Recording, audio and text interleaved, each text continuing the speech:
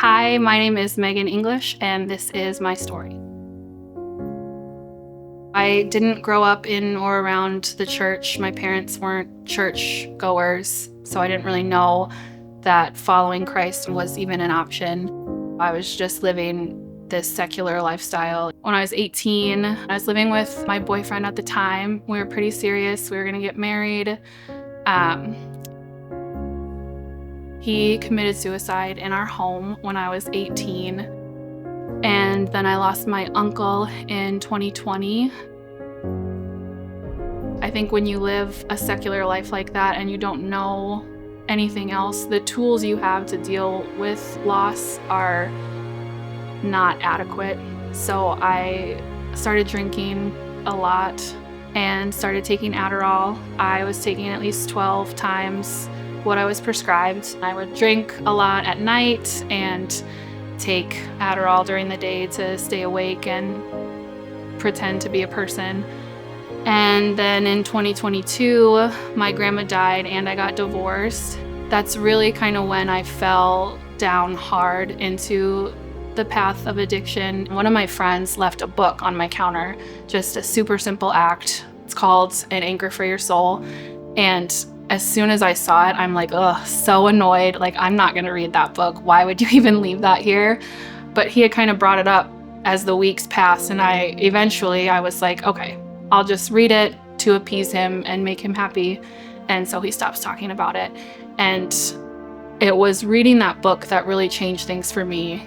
Every single word in this book is so, so powerful. And especially for someone like me who didn't know any other way, any other option, any other life that you could live. And the book really illustrates, no matter who you are, there is another option. Follow the Lord. And that was just so powerful for me.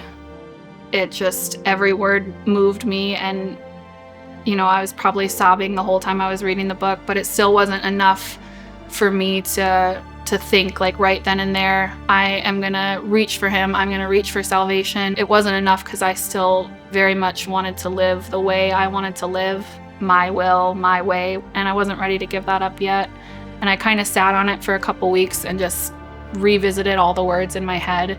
And I don't think it was until a couple weeks later, like laying in bed and just how bad things had gotten for me. I had taken more Adderall than I had ever taken before, and I drank so much, and I was shaking and laying awake in bed and crying. You think, I'm not good enough to be saved. I've done all these terrible things. I've ignored him. I pretended he didn't exist my whole life. It's just not possible for me. And like I just cried out in prayer, like, I can't do this anymore. I need you to take over. I need help. I want to stop, but I'm not capable. Please help me.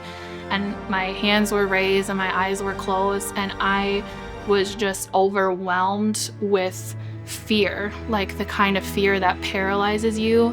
And I know that if I would have opened my eyes, the Lord would have been sitting right at the edge of the bed with me. I went to bed that night and woke up the next day, and he took all of my addiction away. I didn't feel like I needed to take Adderall anymore. I didn't drink, and it's been that way for me ever since that day. And he rescued me that night. He saved my life. Since I've come to know Jesus, my relationship with my friends is completely different. I have a completely different new group of friends. So I've just been surrounding myself with people who are on the same journey, so we can have that in common and support each other and walk with each other. And since coming to know Jesus, my relationship with my kids has changed a lot. I think just having the Lord in my life has given me tremendous patience that I didn't have before, and that I have so much patience for them. And obviously I am teaching them now about the Lord. I want them to live their life for Him at a young age, so they don't have to go through everything that I went through. Everything in my life is different now.